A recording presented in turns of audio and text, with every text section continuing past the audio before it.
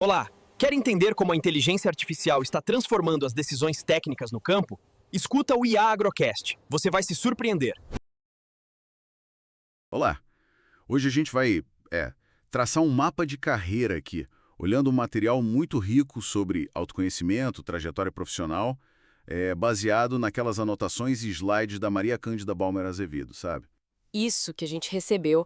A ideia é explorar essa conexão, né? Personalidade, focar nas fortalezas, propósito, visão de futuro, tudo amarrado com os conceitos que ela traz ali. Quase um guia personalizado mesmo. Perfeito. Então, para começar esse mapa, o ponto de partida parece ser bem claro, né? Focar naquilo que a gente já faz bem, mas fortalezas. Exatamente. Tem até um dado bem interessante que mencionaram, da Nebraska University e Gallup, um estudo sobre leitura dinâmica. Ah, sim, esse estudo é ótimo, muito revelador. Ele mostrou que, olha só, os leitores que já eram rápidos quando receberam treinamento melhoraram a velocidade tipo 729%. É impressionante. Nossa, 700 e... Pois é. Enquanto isso, os leitores que eram medianos, com o mesmo treino, melhoraram 67%. Bem menos, né? Uma diferença brutal. Total. E isso ilustra bem aquela frase do Marcus Buckingham que está nas fontes.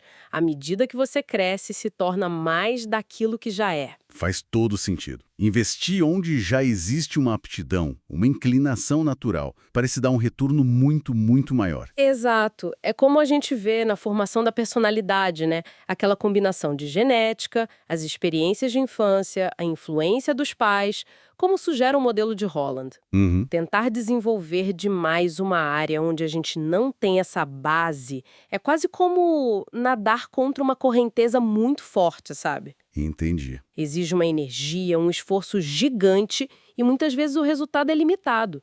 Lembra daquele exercício de escrever com a mão não dominante que o material sugere? Lembro sim, é bem isso. O esforço é totalmente desproporcional ao resultado. Exatamente. Mas aí fica uma questão, né? Ok, focar nas fortalezas é ótimo, mas e as fraquezas? Principalmente aquelas que, sei lá, atrapalham no dia a dia do trabalho. A gente ignora? Boa pergunta. Não, a ideia não é ignorar completamente, claro. Especialmente se for algo que realmente compromete o básico, o desempenho essencial.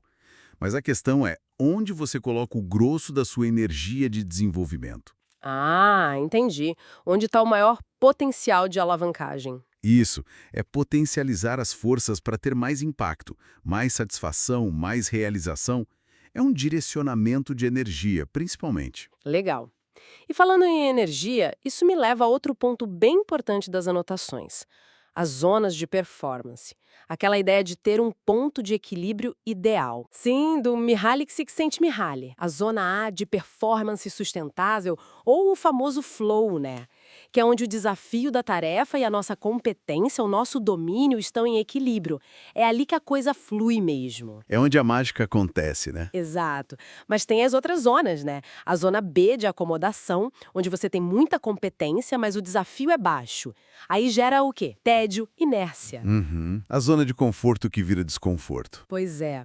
E a zona C, a de desgaste, muito desafio, pouca competência para lidar com ele. Aí o risco é o esgotamento, o burnout. Faz sentido. E para encontrar essa zona A, esse flow, parece que ter clareza de propósito ajuda muito, né? Tá conectado. Totalmente conectado. O material até traz um modelo que lembra um pouco o Ikigai, né? O propósito estaria ali na interseção, entre o que a gente ama fazer, o que a gente é bom em fazer, o que o mundo precisa e aquilo pelo qual podem nos pagar. Certo. E um ponto que eu achei fundamental que destacaram, o propósito não é algo que a gente inventa do zero. É algo que a gente identifica, olha para dentro e reconhece. Claro que pode evoluir com o tempo, mas a base está lá. Identificar, não inventar. Gostei disso. E a história dos quatro pedreiros ilustra isso de forma brilhante, né? A diferença entre achar que está só assentando tijolos e ter a consciência de que está construindo uma catedral. Muda completamente a relação com o trabalho. Nossa, é verdade. Essa percepção do significado maior muda tudo no dia a dia.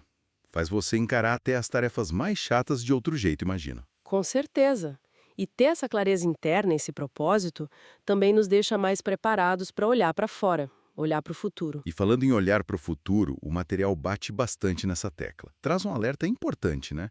o conceito de ambidestria organizacional. Isso mesmo, que é essa capacidade, né, que uma organização precisa ter, e a gente pode pensar nisso para a nossa carreira também, de cuidar do negócio atual, fazer o dia a dia funcionar bem e, ao mesmo tempo, se preparar para o futuro, explorar coisas novas. E eles dão um dado da McKinsey que é assustador, Pesado, né? que 75% das empresas do S&P 500 podem desaparecer até 2027.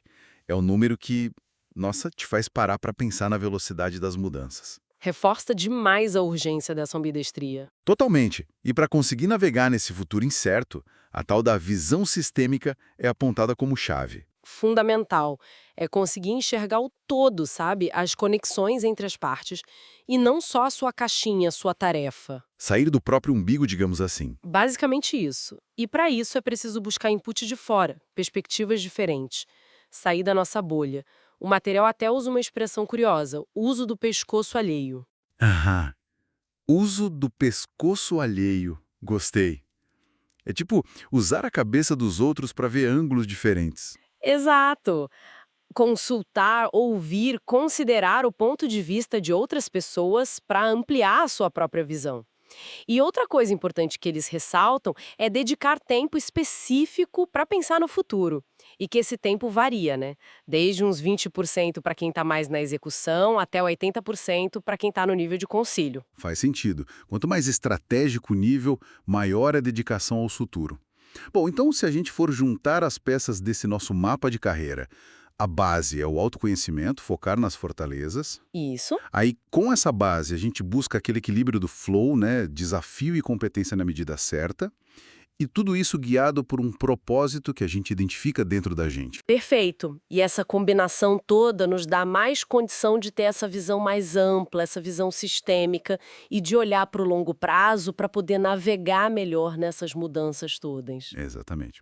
Bom, acho que cobrimos os pontos principais do material. Sim. E fica talvez uma reflexão final, né?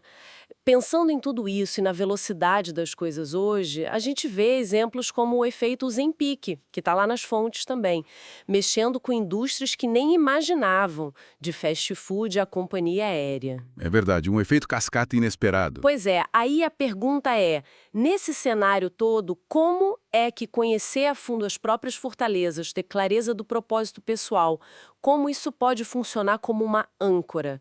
Sabe, de que forma esses elementos internos podem dar uma estabilidade, uma direção, quando o mundo externo está nesse fluxo tão Chegamos constante. na era da Ótima evolução provocação com final. inteligência O autoconhecimento artificial. como nossa Vem com a bússola gente e nossa no IA âncora Agrocast. nesse mar agitado. Fica aí pra gente pensar.